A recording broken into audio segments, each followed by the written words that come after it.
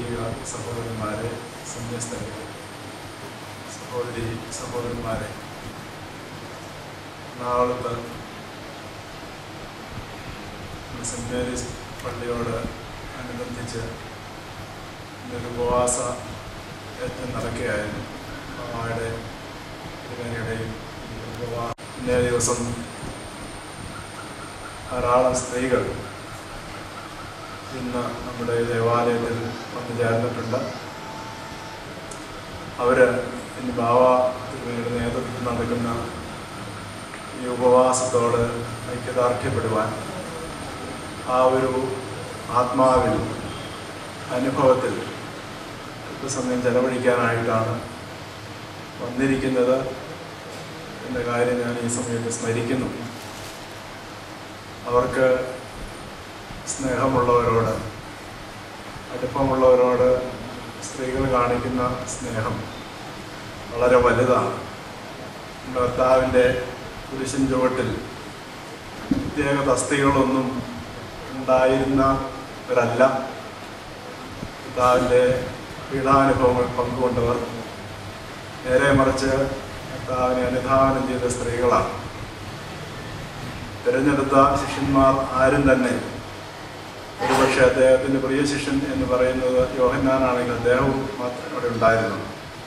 അവരവിടെ ഇരിക്കുകയും ഭർത്താവിൻ്റെ പീഡാനുഭവങ്ങൾ പൂർണ്ണമായി പങ്കുചേരുകയുമായിരുന്നു. ഒരു സ്നേഹത്തിൻ്റെ അനുഭവമാണ്, ഐക്യദാർഢ്യത്തിൻ്റെ അനുഭവമാണ്. ഇന്നേ ദിവസം സഭയിൽ പ്രത്യേക ചുമതലകളും പ്രത്യേക ഉത്തരവാദിത്തങ്ങളും അവർക്ക് നൽകിയിട്ടില്ല എന്ന് വരികിലും അത്രമാത്രം സ്ത്രീകൾ ഈ ദിവസം വരികയും പരിശുദ്ധ ബാവാ തിരുമേനിയും തിരുമേനിയും നടത്തുന്ന ഈ നീതിക്ക് വേണ്ടിയുള്ള ആത്മസമർപ്പണത്തിൽ പങ്കുചേരുകയുമാണ്. അതിൻ്റെ അനുഗ്രഹം നിങ്ങൾക്ക് ലഭിക്കട്ടെ. നിങ്ങളുടെ പ്രാർത്ഥന ദൈവത്തിൻ്റെ ഹൃദയം അലിയിക്കട്ടെ എന്ന് പ്രത്യേകമായിട്ട് പ്രാർത്ഥിക്കുകയും ദൈവം ഈ സഭയോട് നന്മ ചെയ്യട്ടെ എന്ന് ആത്മാർത്ഥമായി പ്രാർത്ഥിക്കുകയും ചെയ്യുന്നു. നമുക്കറിയാം, നമ്മുടെ ഈ ഒരു യജ്ഞം എന്ന് പറയുന്നത് നമ്മുടെ കോലഞ്ചേരി പള്ളിയിൽ ഏതെങ്കിലും ആധിപത്യം പുലർത്തുന്നതിന് വേണ്ടിയുള്ളൊരു അന്വേഷണമല്ല. അതിനപ്പുറം വലിയ വിശാലമായ താല്പര്യങ്ങൾ ഇതിനുണ്ട്. നമ്മൾ മനസ്സിലാക്കേണ്ടതാണ്.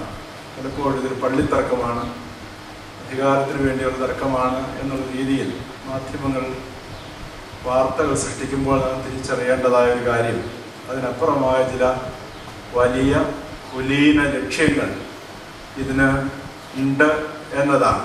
അത് നമ്മൾ മനസ്സിലാക്കേണ്ടതായിട്ടുണ്ട്. വ്യവഹാരം എന്ന് പറയുന്നത് പലപ്പോഴും ഒരു നല്ല കാര്യമല്ല എന്ന് നമുക്ക് ധാരണയുണ്ട്. ഒരു പരിധി വരെ അത് ശരിയുമാണ്. പക്ഷേ വ്യവഹാരത്തിൻ്റെ അർത്ഥം നിർണയിക്കുന്നത് അതിൻ്റെ ലക്ഷ്യമാണ്. എന്തിനു വേണ്ടിയാണ് വ്യവഹാരം നടത്തുന്നത്? നീതി പുനഃസ്ഥാപിക്കുന്നതിനാണ്, ഐക്യം വീണ്ടെടുക്കുന്നതിനാണ് എങ്കിൽ അതിനർത്ഥമുണ്ട്. അതിനുവേണ്ടിയുള്ള നിരന്തരമായ അന്വേഷണവും പരിശ്രമവും യത്നവുമാണ് അതിനർത്ഥമുണ്ട്. അല്ലാതെ എന്തെങ്കിലും സ്വാർത്ഥ നേട്ടം ഉണ്ടാക്കുന്നതിനാണ് അതിനർത്ഥമില്ല. ഈ കഴിഞ്ഞ കാലങ്ങളിൽ നടന്ന വ്യവഹാരങ്ങൾ യഥാർത്ഥത്തിൽ സത്യം മനുഷ്യരെ ബോധ്യപ്പെടുന്നതിന് വേണ്ടിയുള്ള ശ്രമമായിട്ടാണ്, ഭിന്നിച്ചു നിന്ന ഈ സമൂഹത്തെ ഒന്നാക്കുന്നതിന് വേണ്ടിയാണ്. അത് നമ്മൾ മനസ്സിലാക്കേണ്ടതാണ്. ഒരു പ്രത്യേക സാഹചര്യത്തിൽ സഭ ഭിന്നിച്ചു. അതാ ആരെങ്ങനെ എന്നുള്ളത് അന്വേഷിക്കേണ്ട ഒരു കാര്യമല്ല. ഈ സഭ ഭിന്നിച്ച് രണ്ടായിത്തീർന്നു. ആ ഭിന്നത്തിൽ ആരൊക്കെയുണ്ട്? ഒരു കുടുംബത്തിൽ ഭിന്നിപ്പുണ്ടായി, ഒരു വീട്ടിൽ ഭിന്നിപ്പുണ്ടായി, പലപ്പോഴും ഒരു ഇടവകയിൽ ഭിന്നിപ്പുണ്ടായി. മനുഷ്യ ഹൃദയങ്ങളെ അകറ്റിയ ഒരനുഭവമായിരുന്നു. അത് പങ്കുകൊള്ളവർക്കറിയാം അതിൻ്റെ വ്യഥയെന്ത്, അതിൻ്റെ വേദനയെന്ത്. തീർച്ചയായിട്ടും ഇതിൻ്റെ ഒരു പിന്നിൽ പ്രവർത്തിച്ച ഒരു ശ്രമം എന്ന് പറയുന്നത് ഈ ഭിന്നത നീക്കി ഈ സമൂഹത്തെ ഒന്നാക്കി തീർക്കാനാണ്. ആരുടെയെങ്കിലും എവിടെയെങ്കിലും ഭിന്നത ഉണ്ടായാൽ നമുക്ക് അത്ര തന്നെ ഫീൽ ചെയ്യില്ല. വീട്ടിൽ നിങ്ങൾ രണ്ട് സഹോദരങ്ങളുണ്ടെങ്കിൽ അവർ തമ്മിലൊരു ഭിന്നതയുണ്ടായാൽ അത് സൃഷ്ടിക്കുന്ന വേദനയും വ്യഥയും എന്തുമാത്രമാണ്, വലിയ വേദനയാണ്. അതുപോലെ തന്നെയാണ് യഥാർത്ഥത്തിൽ ഇവിടെയും നടക്കുന്നത്. ഒരു സഭാവിശ്വാസത്തിൽ ഒന്നിച്ച് 19 നൂറ്റാണ്ട് ഒന്നിച്ച് നിന്നൊരു സമൂഹം ഈ നൂറ്റാണ്ടിനെ എവിടെയോ വെച്ച് പല പ്രാവശ്യങ്ങളിലായി ഉണ്ടായ വിഭജനത്തിൽ പങ്കുചേർന്നപ്പോൾ ആ സമൂഹത്തിൻ്റെ ഒരു ആത്മരോദനം, ഒരു ദണ്ഡം മാത്രമല്ല ഇവിടെയുള്ളത്. വ്യക്തിപരമായ അകൽച്ചയുടെ അനുഭവങ്ങൾ, തിക്തമായ ജീവിതാനുഭവങ്ങൾ വേറെയാണ് മലങ്കര സഭയുടെ മക്കൾ ഇന്ന് കഴിയുന്നത്. നമ്മളൊരിക്കലും ചിന്തിക്കരുത് ഇത് അവിടെയുള്ളവരെല്ലാം ദുഷ്ടന്മാരാണ്, തിന്മ ചെയ്യുന്നവർ മാത്രമാണ് എന്ന്. ഒത്തിരി മനുഷ്യർ തെറ്റിദ്ധരിക്കപ്പെട്ട് ശരി എന്തെന്ന് അറിയാതെ കഴിഞ്ഞുകൂടുന്നുണ്ട്. അവര് പലപ്പോഴും മിസ്ഗൈഡായിട്ടാണ്. നേതൃത്വത്തിൽ പലരും വന്നെത്തിയിരിക്കുന്നവരെ സംബന്ധിച്ചിടത്തോളം സ്ഥാപിത താല്പര്യങ്ങളുണ്ട്, ദുഷ്ടമായ ലാക്കുകളുണ്ട്. അതിൻ്റെ അർത്ഥം ആ കൂട്ടര് മുഴുവൻ ഗുണമില്ലാത്തൊരു കൂട്ടരാണെന്നല്ല. നമ്മെപ്പോലെ തന്നെ നമ്മെ ബന്ധുക്കളാണ്, തെറ്റിദ്ധരിക്കപ്പെട്ട് ചേർന്നവരാണ്. ഈ രണ്ട് കൂട്ടരും ഒന്നായി തീരുന്നതിന് ഉള്ള അന്വേഷണങ്ങൾ, പദ്ധതികൾ ഒരു കാര്യമാണ് ഈ കേസ് എന്ന് പറയുന്നത്, വ്യവഹാരം എന്ന് പറയുന്നത്. വ്യവഹാരത്തോടനുബന്ധിച്ച് നമ്മൾ പല കാര്യങ്ങളും നടത്തുന്നുണ്ട്. പ്രാർത്ഥന നടത്തുന്നില്ലേ, ജീവകാരുണ്യ പ്രവർത്തനങ്ങൾ നടത്തുന്നില്ലേ, സാമൂഹ്യ പ്രവർത്തനങ്ങൾ നടത്തുന്നില്ലേ, സന്യസ്തർ അവരുടേതായ രീതിയിൽ ഈ സഭയെ ശുശ്രൂഷിക്കുന്നില്ലേ, പ്രാർത്ഥനാലയങ്ങൾ ഇരുകൂട്ടർക്കുമായി തുറന്നിടുന്നില്ലേ പലയിടത്തും. അപ്പം നമ്മൾ ചിന്തിക്കേണ്ടതായ ഒരു കാര്യം, ഇവിടെ ഒരു അന്വേഷണം എന്ന് പറയുന്നത് ഇതെല്ലാം നടത്തുന്നത് ഈ സഭയെ വീണ്ടും ഒന്നാക്കി തീർക്കുവാനാണ്. ഈ നീതി അധിഷ്ഠിതമായ ഒരു ഐക്യം ഇവിടെ സൃഷ്ടിക്കപ്പെടുവാനാണ്. അതിനു വേണ്ടിയുള്ള ഒരു അന്വേഷണത്തിന്റെ ഭാഗമാണ് യഥാർത്ഥത്തിൽ ഈ വ്യവഹാരങ്ങളും അതിനെ തുടർന്നുള്ള കാര്യങ്ങളുമെല്ലാം. ഈ പള്ളിയെ സംബന്ധിച്ചിടത്തോളം വ്യവഹാരം പള്ളിയെ ഐക്യത്തിലേക്ക് നയിക്കുന്ന ഒരു സാഹചര്യം സൃഷ്ടിക്കുമെന്നുള്ളത് കൊണ്ടാണ് അത് അട്ടിമറിക്കുവാനായിട്ടൊരു ശ്രമം നടന്നത്. അത് നമ്മൾ മനസ്സിലാക്കണം. കാരണം ഇവിടെ നല്ല ഉദ്ദേശമുള്ള നല്ല മാനസികാവസ്ഥയുള്ള മനുഷ്യർ ഇവിടെ ഒന്നിക്കും.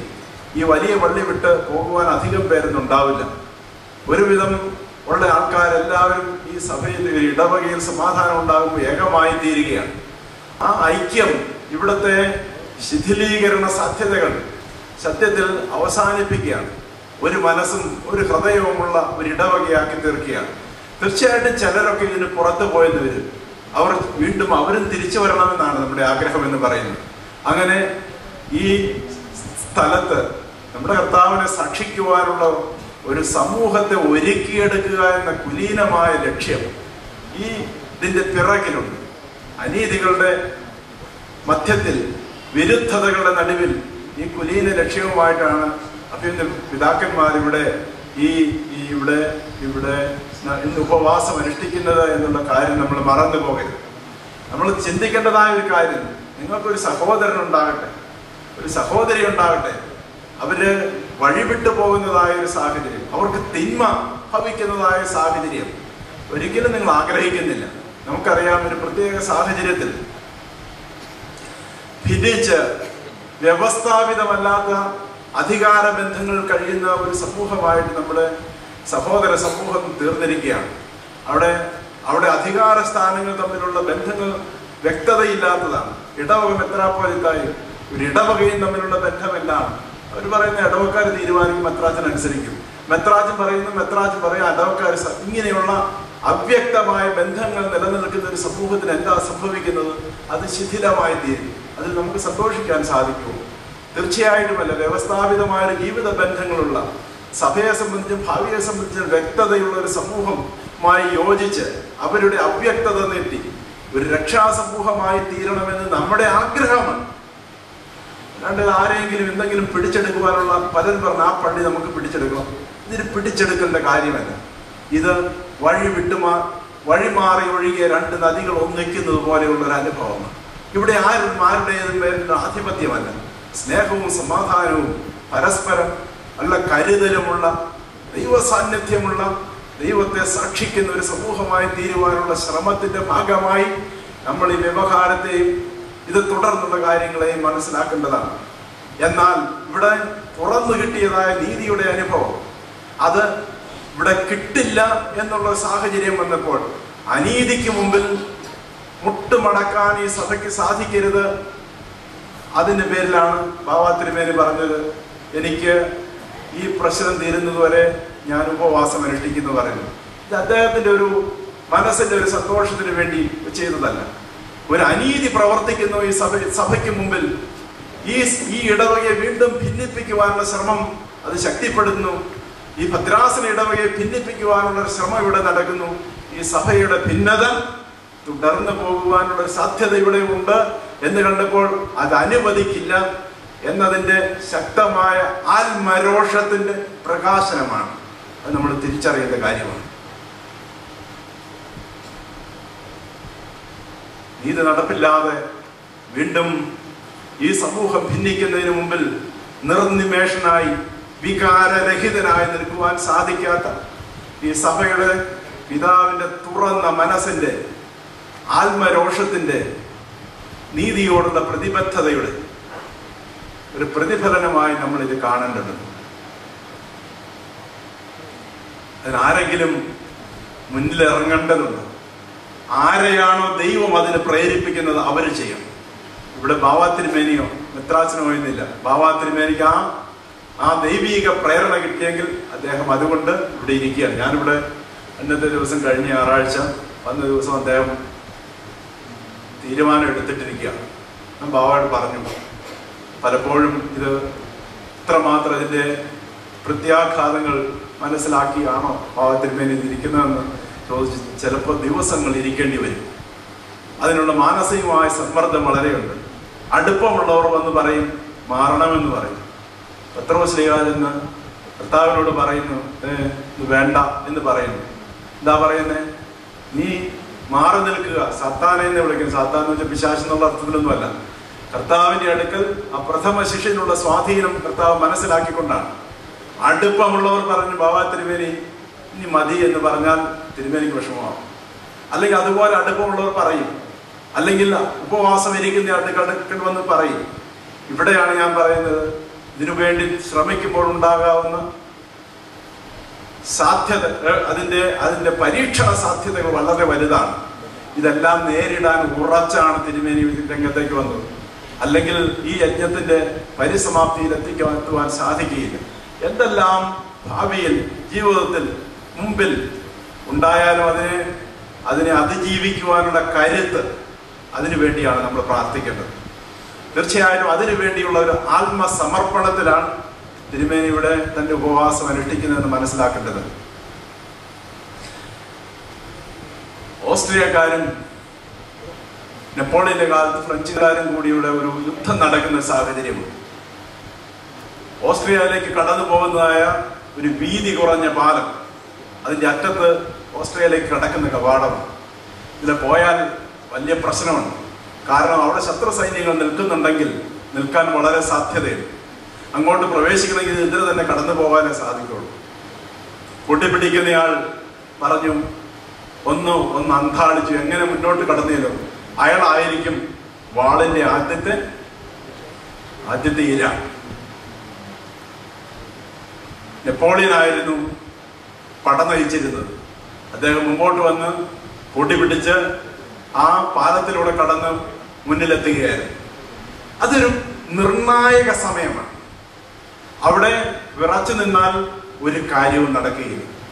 ഇതുപോലെയുള്ള ക്രൂഷ്യൽ മൊമെന്റ്സ്, വളരെ നിർണായകമായ സമയത്ത് ശക്തി സംഭരിച്ച് ദൈവപ്രേരണയുണ്ടായി ദൈവജനത്തെ മുമ്പോട്ട് നയിക്കുവാനുള്ള കരുത്ത്, അതാണ് ഇവിടെ നമ്മൾ കാണുന്നത്. ചഞ്ചലിച്ച് നിൽക്കാതെ, പതറാതെ, ഞാൻ അതിനെൻ്റെ ജീവനെ സമർപ്പിക്കുകയാണെന്ന് പറഞ്ഞ് ബാവാ തിരുമേനി ആ വലിയ ഉത്തരവാദിത്വം സ്വന്തമായി ഏറ്റെടുക്കുകയാണ്. ഇതുപോലുള്ള നിമിഷങ്ങൾ പലപ്പോഴും കിട്ടുകയില്ല. പലരും ചോദിച്ചു, ഇദ്ദേഹത്തിന് 2 ദിവസം കഴിഞ്ഞിട്ട് എന്നോട് ചോദിച്ചിട്ട് ആലോചിച്ച് മന്ത്രിമാരാരാണ് പറഞ്ഞു, അല്ലെങ്കിൽ അങ്ങനെ പലരും പറഞ്ഞു കാണും. ഒന്ന് ആലോചിച്ച് നമ്മുടെ സമിതിയൊക്കെ ഒന്ന് കൂടിയിട്ട് ഒക്കെ ചെയ്താൽ മതിയായിരുന്നല്ലോ. അങ്ങനെ സാധിക്കുന്ന കാര്യമല്ല ഇത്. ആത്മപ്രേരണയിലൂടെ നടക്കേണ്ട കാര്യമാണ്. നിങ്ങളൊരു പക്ഷേ ഈ ലേവ്യ പുസ്തകത്തിൽ ഇതുപോലൊരു സന്ദർഭം, ഇസ്രായേൽക്കാരും ഇസ്രായേലിൽ നിന്നും കടന്ന് ഇസ്രായേലിൽ വരുന്നതായ സാഹചര്യം, അവിടെ വന്ന് കാദേശ് എന്ന് പറയുന്ന, അതായത് ഇസ്രായേലിന്റെ തെക്ക് ഭാഗത്തുള്ള ഒരു പ്രദേശത്താണ്. അത് കഴിഞ്ഞാൽ കനാൻ ദേശമാണ്. ഇപ്പൊ അവിടെ ചെന്നപ്പോ 12 ഗോത്രങ്ങളിലായിട്ട് മോശ പറഞ്ഞയച്ചു, നിങ്ങൾ പോയി രാജ്യം ഒറ്റ നോക്കണം. അവരെല്ലാം പോയി എല്ലാവരും തിരിച്ചു വന്നു. തിരിച്ചു വന്നപ്പോൾ 10 പേർക്കൊരു അഭിപ്രായമാണ്, ഗുണമില്ല, കരുത്തുള്ള ആൾക്കാരാണ്, ഭയങ്കര ഭീമന്മാരാണ്, അവരുടെ ശക്തി അതിജീവിക്കുവാൻ നമുക്ക് സാധിക്കുകയില്ല. എന്ത് സംഭവിച്ചു? 2 പേര് പറഞ്ഞു, അവര് ഇതൊക്കെ ഉള്ളവരാണ്, നല്ല സ്ഥലമാണ്, പക്ഷെ എതിർപ്പുകൾ ഉണ്ടാകാനാണ്, നമ്മൾ പോയി അവരെ കീഴടക്കേണ്ടതുണ്ട്, ആ രാജ്യം നമ്മുടേതാക്കേണ്ടതുണ്ട്. ഇസ്രായേൽ ജനം ഒരു വലിയ അങ്കാലാപ്പിലായി. അവർ പറയുന്നത് എന്താണ്? ഈ കാലം മുഴുവൻ, ഈ മരുഭൂമികളെ മുഴുവൻ നടന്നു പോകുന്നത് ഇതുപോലുള്ളൊരു ജനത്തുമായിട്ട് അഭിമുഖീകരിക്കും, ഏറ്റുമുട്ടുവാനാണ്. ഞങ്ങളില്ല. സമൂഹത്തിൽ പ്രയാസമായി അവര് എന്ത് ചെയ്യുന്നു? തിരിച്ചു പോവുകയാണ്. മോശയ്ക്ക് തീരുമാനമെടുക്കാൻ സാധിക്കുന്നില്ല. അലച്ചിൽ, കഴിഞ്ഞ അലച്ചിലിനേക്കാളും നീണ്ട അലച്ചിൽ അതിനുശേഷം നടക്കുകയാണ്. എന്താ അവിടെ സംഭവിക്കുന്നത്? ജീവിതത്തിൽ ദൈവം തമ്പുരാൻ ചില നിർണായ നിമിഷങ്ങൾ തരും. ആ നിമിഷങ്ങൾ ഭൂരിപക്ഷത്തിന്റെ അടിസ്ഥാനത്തിലാകരുത്. സമിതികളുടെ പൂർണ്ണമായ പിന്തുണ, ഇവിടെ നമുക്കിതെല്ലാം ഉണ്ട്, ശേഷമാണെങ്കിൽ നമുക്ക് കിട്ടി. ഇതല്ല, നേരെ മറിച്ച് ആത്മപ്രേരിതമായി എടുക്കുന്ന തീരുമാനങ്ങൾ, അത് ദൈവ ഇഷ്ടപ്രകാരം നിർവഹിക്കുമ്പോൾ ആ തീരുമാനങ്ങൾ എടുക്കുവാനുള്ള കരുത്താണ് ഒരു ലീഡർഷിപ്പിന്റെ സവിശേഷത എന്ന് പറയുന്നത്. ബാവാ തിരുമേനി അതാണ് ഇവിടെ നിർവഹിച്ചിരിക്കുന്നത്, അതാണ് തെളിയിച്ചിരിക്കുന്നത്. അദ്ദേഹം ഒരു പ്രതിസന്ധിയുടെ നടുവിൽ ഇടം വലം നോക്കാതെ ദൈവാഗ്രഹം എന്താണ്, ഈ സഭയുടെ ഭാവിയെ സംബന്ധിച്ചുള്ള ബാധ്യത തനിക്കാണ്, ഈ ഇടവകയിൽ സമാധാനം ഉണ്ടാകാൻ തൻ്റെ ചുമതലയും ഉത്തരവാദിത്വവുമാണ്. അത് തിരിച്ചറിഞ്ഞപ്പോൾ സ്വന്തമായി എടുത്ത, ദൈവ ഇഷ്ടപ്രകാരം എടുത്ത നേതൃത്വ ഗുണമുള്ള ഒരു തീരുമാനം. ആ ഒരു നിമിഷം നഷ്ടപ്പെട്ടാൽ ഇസ്രായേലിന് പറ്റിയ പോലെ വീണ്ടും അലച്ചിൽ തുടരേണ്ടതായി ഒരുപക്ഷെ വന്നത്. തീർച്ചയായിട്ടും അതുകൊണ്ട് ആ തീരുമാനത്തെ ആദരിക്കും. ഇവിടെ അദ്ദേഹത്തിന്റെ തീരുമാനത്തെ നിലനിർത്തുവാൻ, അത് ആരോഗ്യത്തോടുകൂടി ആ തീരുമാനത്തിലേക്ക് മുന്നോട്ട് നയിക്കുവാൻ ദൈവം തമ്പുരാന്റെ കൃപയും അനുഗ്രഹങ്ങളുമാണ് ആവശ്യമെന്ന തിരിച്ചറിവ് നമുക്കുണ്ടാകും. തിരുമേനിക്കതുണ്ട്, തിരുമേനിവർക്ക് 2 പേർക്ക് വന്നു. ആ തിരിച്ചറിവിലേക്ക് നാമും വരണം.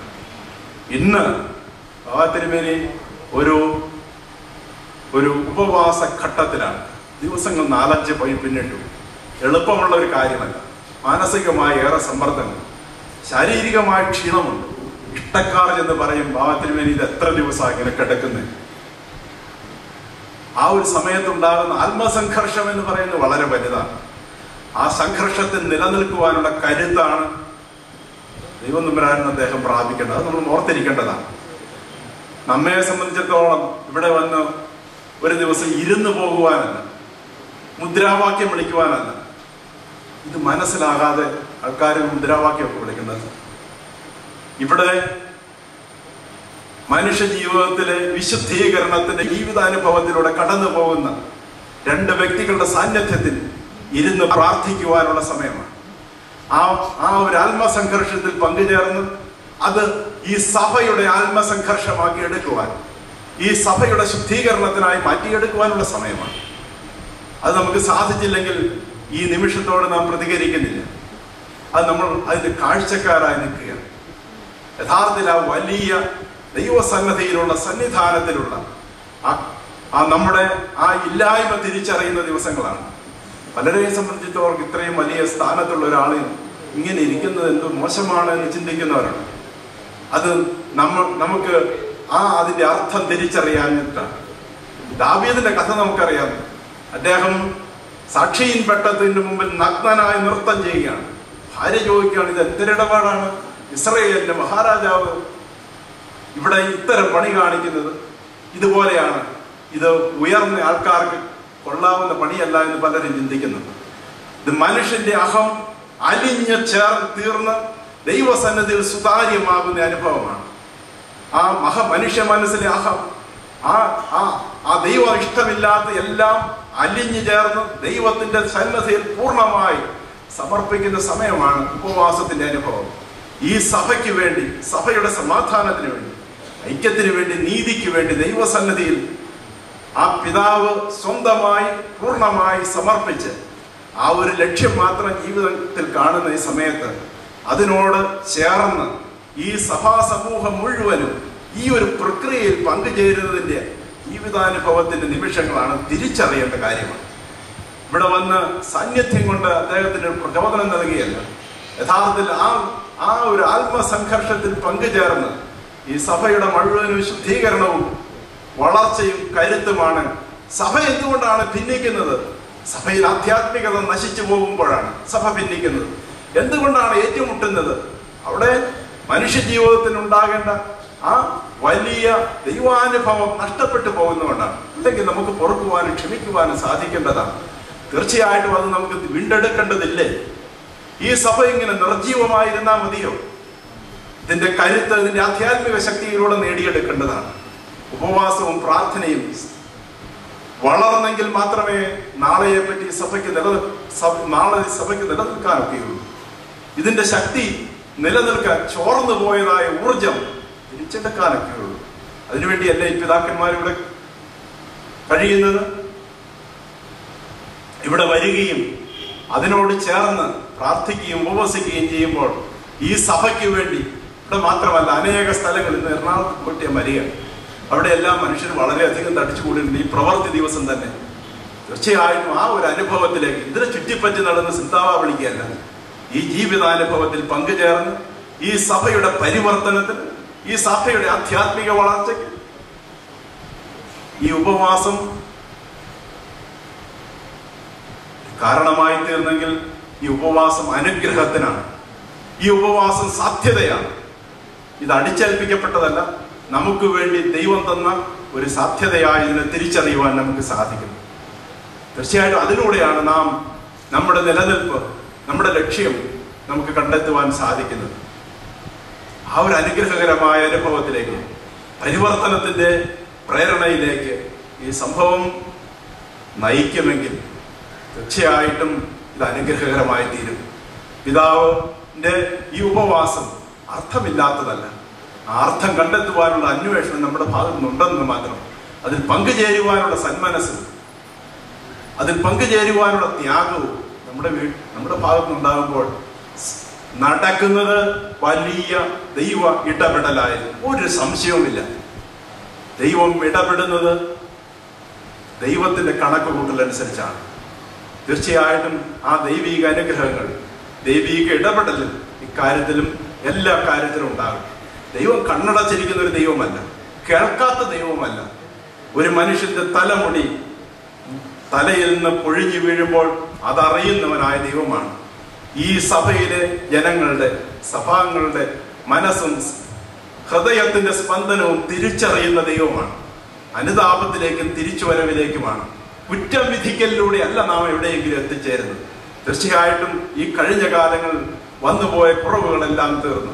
ഈ സഭയെ ഐക്യത്തിലേക്ക് നയിക്കുവാൻ നമ്മുടെ ഈ പിതാക്കന്മാരുടെ ഉപവാസം തീരണമെങ്കിൽ നമ്മുടെ പങ്കാളിത്തവും നമ്മുടെ അനുതാപവും നമ്മുടെ പരിവർത്തനവും ആവശ്യമാണ്. തീർച്ചയായിട്ടും ദൈവം തമ്പുരാൻ ആ ഒരു അവസ്ഥയിലേക്ക് ഈ സമൂഹത്തെ, നമ്മുടെ സഭയെ മുഴുവനായി വഴി നടത്തട്ടെ എന്നത് മാത്രമാണ്. ഈ സ്ത്രീകളുടെ കൂടി വരവിൽ ദൈവം തമ്പുരാൻ അനുഗ്രഹകരമാക്കി തീർക്കട്ടെ എന്ന് പ്രത്യേകമായി ആശംസിക്കുകയും പ്രാർത്ഥിക്കുകയും ചെയ്യും. നിങ്ങളുടെ സഭയോടുള്ള സ്നേഹം, ആ സഭയോടുള്ള ബന്ധം, ഒരു സ്ഥാനവും മാനവും ഇല്ലാഞ്ഞിട്ട് നിങ്ങൾ കാണിക്കുന്നതായ വലിയ സ്നേഹം, അത് ദൈവം തമ്പുരാൻ നിങ്ങൾക്ക് സഹജമായി നല്ലതാണ്. നൈസർഗികമായി നിങ്ങളുടെ മനസ്സിൽ ചാലിച്ചു ചേർത്ത ഒരു കരുത്താണ്. തീർച്ചയായിട്ടും ആ ഒരു സ്നേഹവും കരുത്തും, കർത്താവിന്റെ കുരിശിൽ നിന്ന സ്ത്രീകളുടെ കർത്താവിനോടുള്ള സ്നേഹം, ആ സ്നേഹം ഇന്നും ഈ സഭയോടും ഇതിന്റെ രക്ഷകനായ ക്രിസ്തുവിനോടും ഇതിന്റെ വഴി നടത്തുന്ന പിതാക്കന്മാരോടും നിലനിർത്തട്ടെ. അത് സഭയ്ക്ക് ശ്രേയസ്സിനാകട്ടെ, ഐക്യത്തിനാകട്ടെ, സമാധാനത്തിനാകട്ടെ എന്ന് പ്രാർത്ഥിക്കുന്നു. പിതാക്കന്മാരുടെ യജ്ഞം ദൈവം തമ്പുരാൻ അത് അർത്ഥവത്താക്കി അത് പൂർത്തീകരിക്കട്ടെ എന്ന് പ്രാർത്ഥിക്കുന്നു. വന്നു ചേർന്ന് എല്ലാവരെയും ദൈവം